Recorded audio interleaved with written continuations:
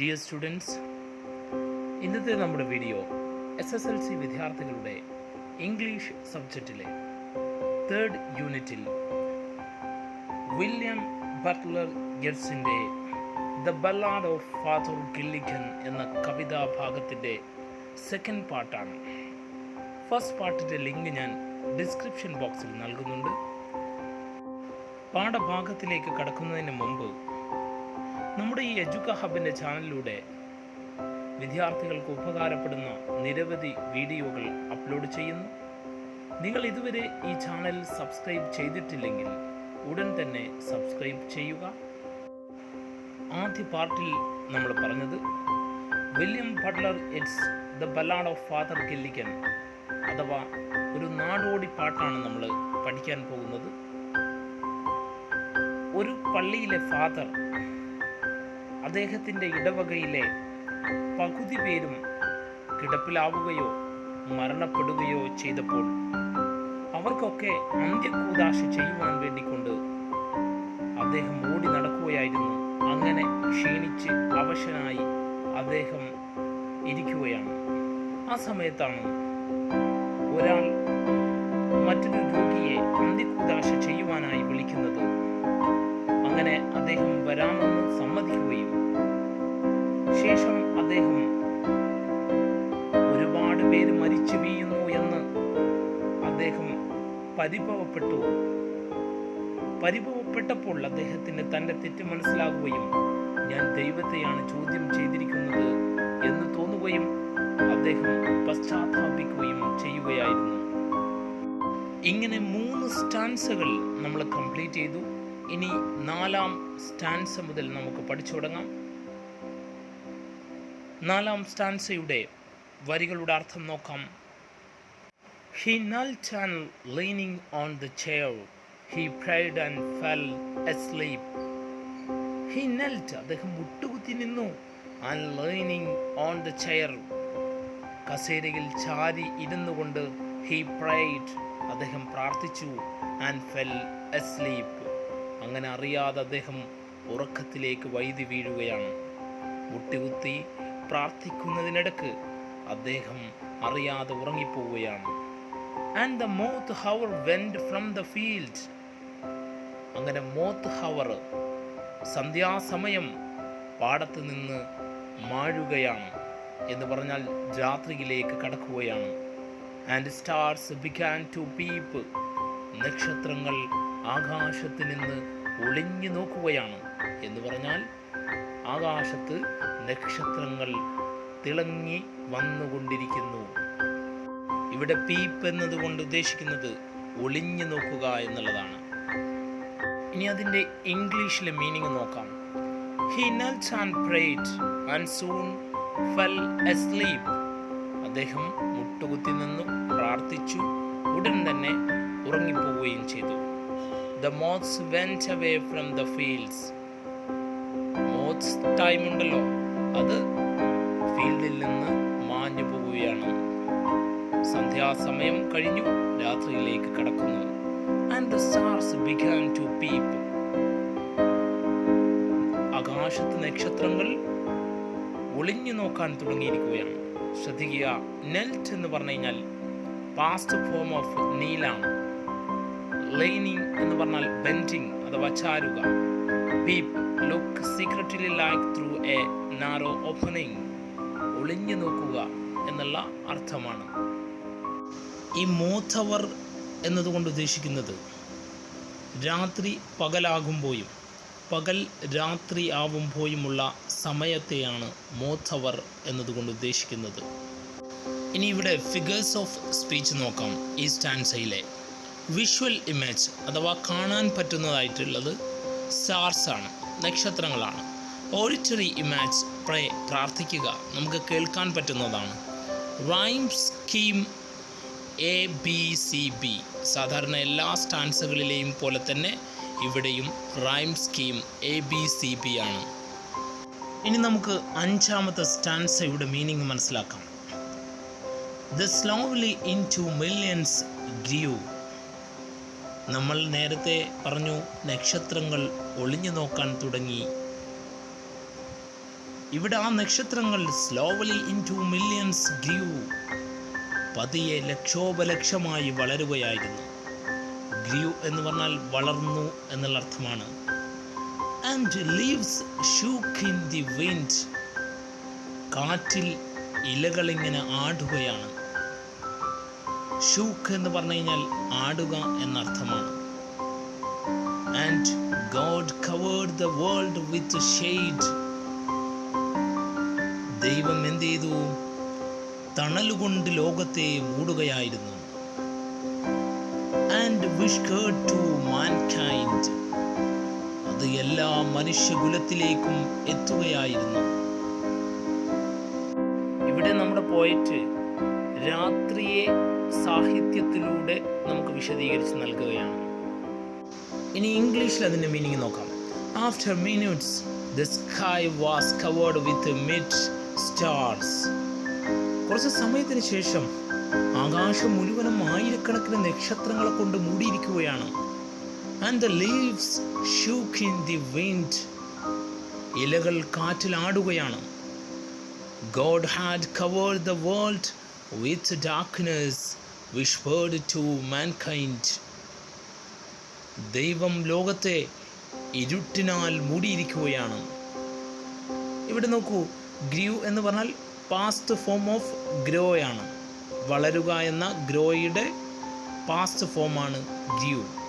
Shook എന്ന് പറഞ്ഞാൽ past form of ഷെയ്ക്കാണ്, അഥവാ മൂവ്ഡ് അല്ലെങ്കിൽ വൈബ്രേറ്റഡ്. ഇനി ഇവിടുത്തെ ഫിഗേഴ്സ് ഓഫ് സ്പീച്ച് നോക്കാം. ഒരു മെറ്റഫർ ഉണ്ട്, അഥവാ ഉപമയുണ്ട്. God covered the world with shade, whispered to mankind. മറ്റൊന്ന് ഓഡിറ്ററി ഇമേജ് ആണ്, കേൾക്കാൻ പറ്റുന്നത്. Leaves shake in the wind. മറ്റൊന്ന് റൈം സ്കീം ABCB. ഇനി നമുക്ക് ആറാമത്തെ സ്റ്റാൻസയുടെ മീനിങ് നോക്കാം.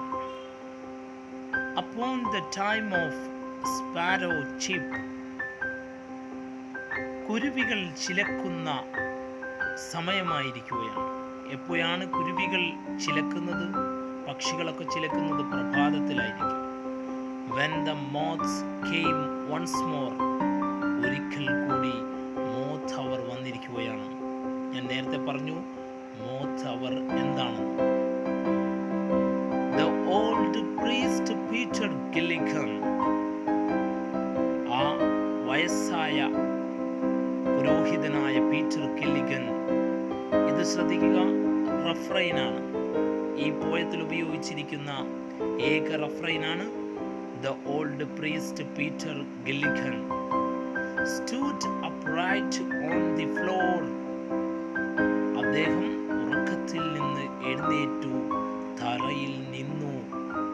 നേരത്തെ അദ്ദേഹം ഉറങ്ങിപ്പോയതാണ്. പ്രഭാതമായപ്പോൾ അദ്ദേഹം എഴുന്നേറ്റു നിന്നു. ഇനി നമുക്ക് ഇംഗ്ലീഷിൽ അതിൻ്റെ മീനിങ് നോക്കാം. It was the next day morning when sparrows began to chirp and the moths came back again to the field. അടുത്ത ദിവസം രാവിലെ sparrow began to chirp, കുരുവികൾ ചിലക്കാൻ തുടങ്ങുകയാണ്. And the moths came back again to the field. പാടത്തേക്ക് വീണ്ടും മോത്സ് അവർ വന്നിരിക്കുകയാണ്. Having woken up from sleep, Father Gilligan stood upright on the floor. Father Gilligan ഉറക്കത്തിൽ നിന്ന് എഴുന്നേറ്റ് തറയിൽ നിവർന്നു നിന്നു. വേർഡ് മീനിങ് നോക്കാം. Time of sparrow chirp. Sparrow chirp എപ്പോഴൊക്കെ ഉണ്ടാവുക? ഡേ ബ്രേക്കിലും ഡൗണിലും ആയിരിക്കും. വൈകുന്നേരങ്ങളിലും അല്ലെങ്കിൽ സന്ധ്യാസമയങ്ങളിലും പ്രഭാതത്തിലും. ചീപ്പ് sharp sound produced by small birds like sparrow twitter.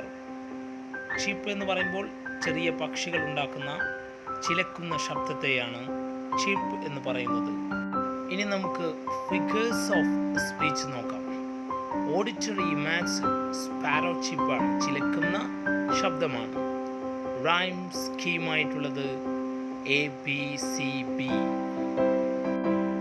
ഇനി നമുക്ക് ഏഴാമത്തെ സ്റ്റാൻസയിലേക്ക് കടക്കാം. Maveron, Maveron, the man has died while I slept in the chair. Maveron, Maveron എന്ന പദം ഇംഗ്ലീഷിൽ ദുഃഖം പ്രകടിപ്പിക്കാൻ ഉപയോഗിക്കുന്ന വാക്കാണ്. ശ്രദ്ധിക്കുക, ഈ വേർഡ് ഐറിഷ് ഭാഷയിൽ നിന്ന് ഉത്ഭവിച്ചതാണ്. നമ്മൾ അലാസ് എന്നൊക്കെ പറയാറില്ലേ, അതുപോലത്തെ ഒരു വേർഡാണ് mavrone. The man has dead while I slept in the chair. ഞാൻ കസേരയിൽ ഇരുന്നു കൊണ്ട് ഉറങ്ങിയപ്പോൾ അദ്ദേഹം മരിച്ചിട്ടുണ്ടാവും. നേരത്തെ ഒരാൾക്ക് അന്ത്യകൂദാശ ചെയ്യുവാൻ വേണ്ടി പോകാമെന്ന് സമ്മതിച്ചതാണ്. പക്ഷേ ഇദ്ദേഹം അറിയാതെ ഉറങ്ങിപ്പോയി, ക്ഷീണം കൊണ്ട് ഉറങ്ങിപ്പോയി. അപ്പോൾ അദ്ദേഹം ഉറക്കത്തിൽ നിന്ന് ചാടി എഴുന്നേറ്റുകൊണ്ട് ദുഃഖത്തോടുകൂടി പറയാണ്, അദ്ദേഹം മരിച്ചിട്ടുണ്ടാവാം. He roused his horse out of its sleep. അങ്ങനെ അദ്ദേഹം ഉടനെ തന്നെ തൻ്റെ കുതിരയെ ഉറക്കത്തിൽ നിന്ന് വിളിച്ചുണർത്തുകയാണ്. റൗസ്ഡ് എന്ന് പറഞ്ഞാൽ വിളിച്ചുണർത്തുക എന്നുള്ള അർത്ഥമാണ്. And road with little care. എന്നിട്ട് ആ കുതിരമ്മ കയറിക്കൊണ്ട് അദ്ദേഹം അശ്രദ്ധയോടുകൂടി കുതിരയോടിച്ചു പോവുകയാണ്. തീരെ ശ്രദ്ധിക്കാതെ എന്ന് പറഞ്ഞാൽ ധൃതിയിൽ അദ്ദേഹം കുതിരയോടിച്ചു കൊണ്ടുപോവുകയാണ്. ഇനി ഇംഗ്ലീഷിൽ അതിൻ്റെ അർത്ഥം നോക്കാം. ഹി yelled, അദ്ദേഹം അലറി. മാവറോൺ, മാവറോൺ, മാവറോൺ, മാവറോൺ എന്ന് പറഞ്ഞുകൊണ്ട് അദ്ദേഹം അലറി. Thinking that the man had dead. ആ മനുഷ്യൻ മരിച്ചിട്ടുണ്ടാവുമെന്ന് ചിന്തിച്ചുകൊണ്ട് ഹി റൗസ്ഡ് ഹിസ് ഹോഴ്സ് ഇമ്മീഡിയറ്റ്ലി. അദ്ദേഹം അദ്ദേഹത്തിൻ്റെ കുതിരയെ ഉണർത്തി. And road carelessly with the intention to reach the poor man's house the earliest. വളരെ നേരത്തെ തന്നെ ആ പാവപ്പെട്ട മനുഷ്യൻ്റെ വീട്ടിലെത്തുവാൻ എന്ന ഉദ്ദേശത്തോടു കൂടി ശ്രദ്ധയില്ലാതെ അദ്ദേഹം കുതിരയോടിച്ചു പോയി. മാവറോൺ എന്ന് പറഞ്ഞാൽ an expression of sorrow, ദുഃഖം പ്രകടിപ്പിക്കുന്നതിനാണ് മാവറോൺ എന്നതുകൊണ്ട് ഉദ്ദേശിക്കുന്നത്. അഥവാ അലാസ്, ഒറിജിൻ ഫ്രം ഐറിഷ് മബ്രൂൻ. ഇനി ഫിഗേഴ്സ് ഓഫ് സ്പീച്ച് നോക്കാം. ഇവിടെ പ്രത്യേകിച്ച് ഫിഗേഴ്സ് ഓഫ് സ്പീച്ച് ഒന്നുമില്ല. സാധാരണ പോലെ തന്നെ റൈം സ്കീം ABCB എന്ന് മാത്രമേ ഉള്ളൂ. ഇനി എട്ടാമത്തെ സ്റ്റാൻസ നോക്കാം. He wrote now as he never wrote. അദ്ദേഹം കുതിരപ്പുറത്ത് കയറിപ്പോയത് എങ്ങനെയാണ്? Has he never road. ഇനി ഒരിക്കലും കുതിരസവാരി നടത്തൂല എന്ന രീതിയിലാണ്. എന്ന് പറഞ്ഞാൽ അത്രയും അശ്രദ്ധയോട് കൂടിയിട്ടാണ് അദ്ദേഹം പോയത്. By rocky lane and fen. ഇതിലൂടെയെല്ലാം പോയി? റോക്കി ലൈൻ, പാറയിടുക്കിലൂടെ അദ്ദേഹം സഞ്ചരിച്ചു. ആൻഡ് ഫെൻ, ചതുപ്പ് നിലയങ്ങളിലൂടെ സഞ്ചരിച്ചു. The sick man's wife open the door. അങ്ങനെ അദ്ദേഹം ആ പാവപ്പെട്ട മനുഷ്യന്റെ വീട്ടിലെത്തിയപ്പോൾ the sick man's wife open the door. രോഗിയായ മനുഷ്യന്റെ ഭാര്യ വാതിൽ തുറന്നു. എന്നിട്ട് എന്താ ചോദിച്ചു? Father, you come again. ഫാദറെ, നിങ്ങൾ വീണ്ടും വന്നോ? ഇവിടെ ശ്രദ്ധിക്കുക, ഫാദർ നേരത്തെ വന്നിട്ടില്ലായിരുന്നു.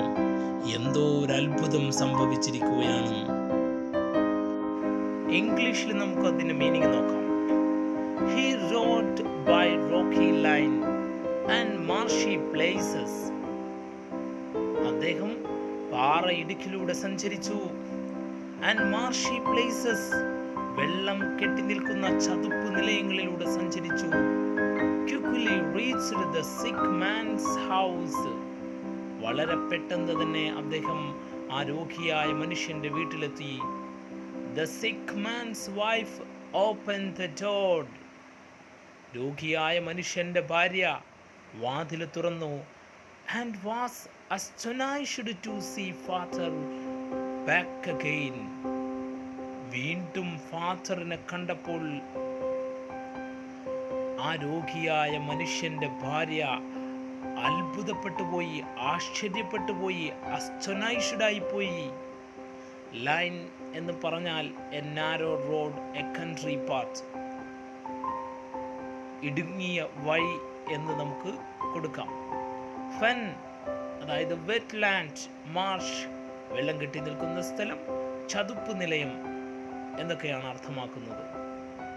ഇനി ഇതിലെ ഫിഗേഴ്സ് ഓഫ് സ്പീച്ച് നോക്കാം. വിഷ്വൽ ഇമേജ് ആയിട്ട് വന്നിട്ടുള്ളത് റോക്കി ലൈൻ അഥവാ പാറയിടുക്ക്, ഫെൻ ചതുപ്പ് നിലയം.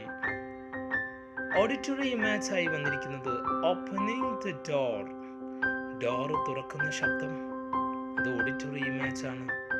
റൈം സ്കീം ABCB ആണ്, നേരത്തെ പോലെ തന്നെ ABCB ആണ്.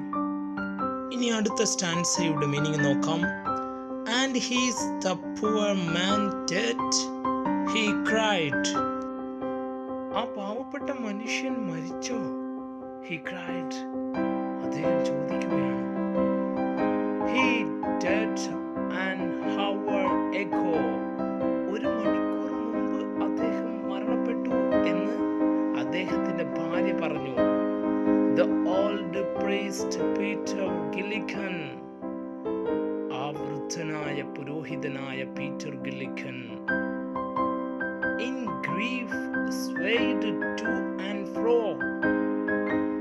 ദുഃഖത്താൽ അങ്ങോട്ടും ഇങ്ങോട്ടും അദ്ദേഹം ആടുകയായിരുന്നു. swayed എന്ന് പറഞ്ഞാൽ ചാഞ്ഞു, to and fro എന്ന് പറഞ്ഞാൽ അങ്ങോട്ടും ഇങ്ങോട്ടും എന്ന അർത്ഥമാണ്. ഇനി ഇംഗ്ലീഷിൽ അതിൻ്റെ മീനിങ് നോക്കാം.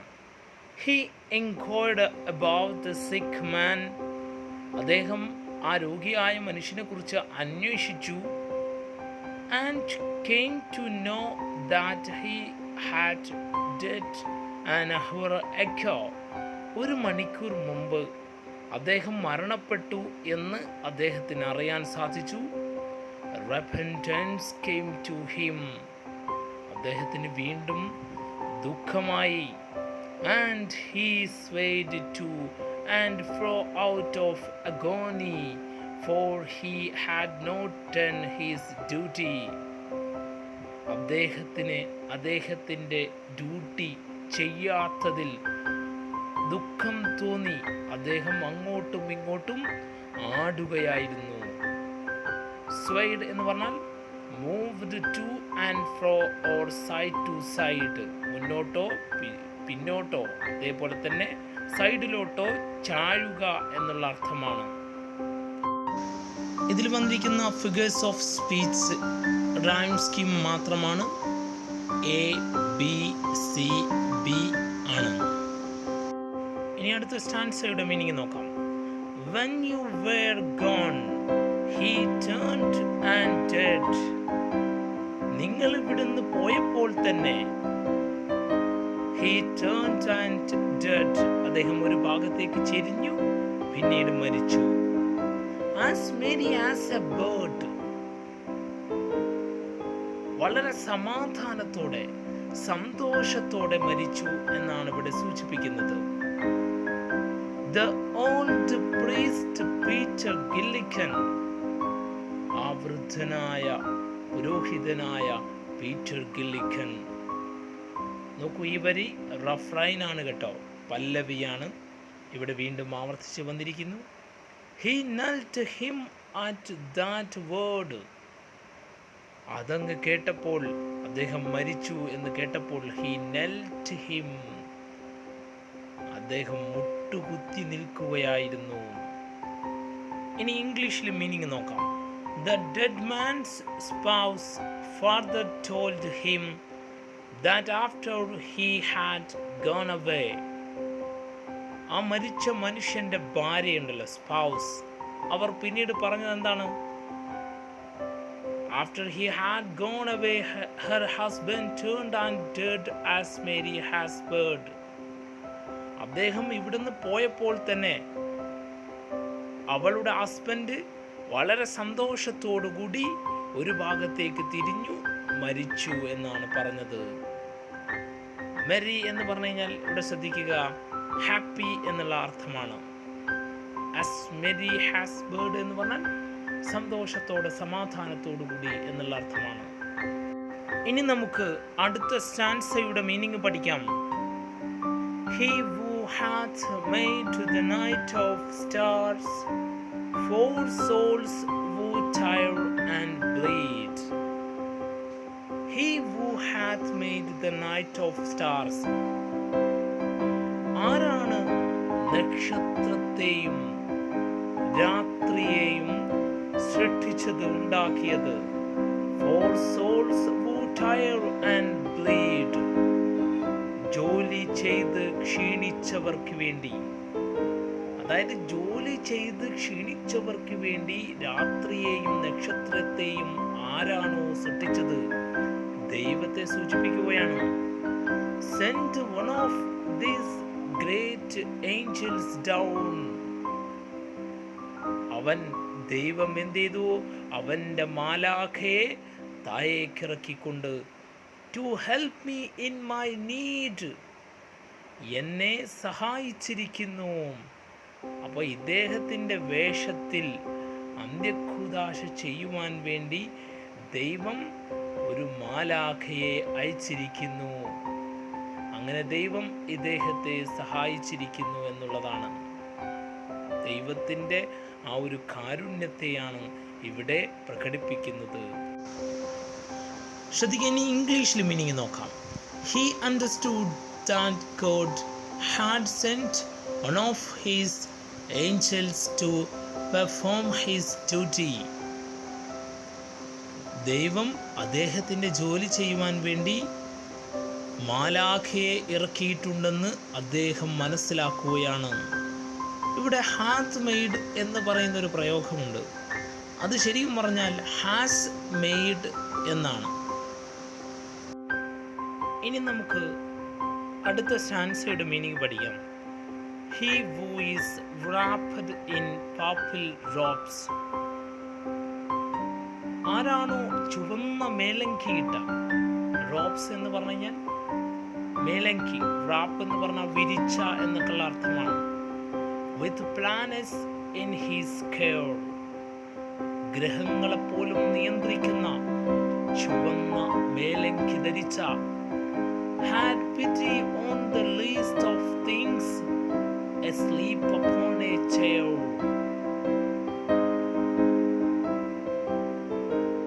കസേരയിലിരുന്ന് ഉറങ്ങിപ്പോയ ഈ എളിയ മനുഷ്യനോട് പോലും ദൈവം കരുണ കാണിച്ചിരിക്കുന്നു.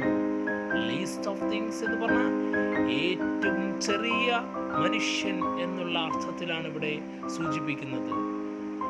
ആ ഒരു ഫാദറിനോട് പോലും ദയ കാണിച്ചിരിക്കുന്നു എന്ന് ദൈവത്തെ സ്തുതിക്കുകയാണ് ഇവിടെ ഫാദർ ഗില്ലിഗൻ ചെയ്തിരിക്കുന്നത്. ഇനി ഇംഗ്ലീഷിൽ ഇതിൻ്റെ മീനിങ് നോക്കാം. He prayed to God. അദ്ദേഹം ദൈവത്തോട് പ്രാർത്ഥിച്ചു. And he addressed God as one who had made the starry night.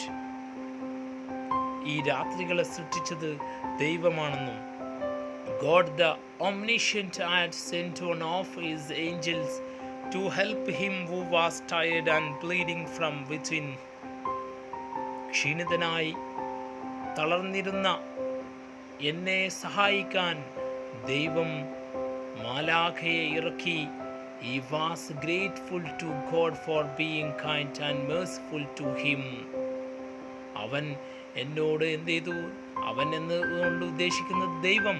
ആ ദൈവം എന്നോട് വളരെ കരുണ കാണിച്ചു. റാപ്പഡ് എന്ന് പറഞ്ഞാൽ കവേർഡ്, മൂടുക, വോർ ധരിച്ചു എന്നൊക്കെയുള്ള അർത്ഥം കൊടുക്കാം. റോബ് എന്ന് പറഞ്ഞാൽ a long loose outer garment reaching to the ankles. നമുക്ക് മേലങ്കി എന്നൊക്കെ വേണമെങ്കിൽ സൂചിപ്പിക്കാം. ശ്രദ്ധിക്കുക, നമ്മുടെ പാഠഭാഗം ഇവിടെ അവസാനിച്ചിരിക്കുകയാണ്. ഫസ്റ്റ് പാർട്ടിൽ ഞാൻ ഇതിൻ്റെ അപ്രീസിയേഷൻ പറഞ്ഞിട്ടുണ്ട്.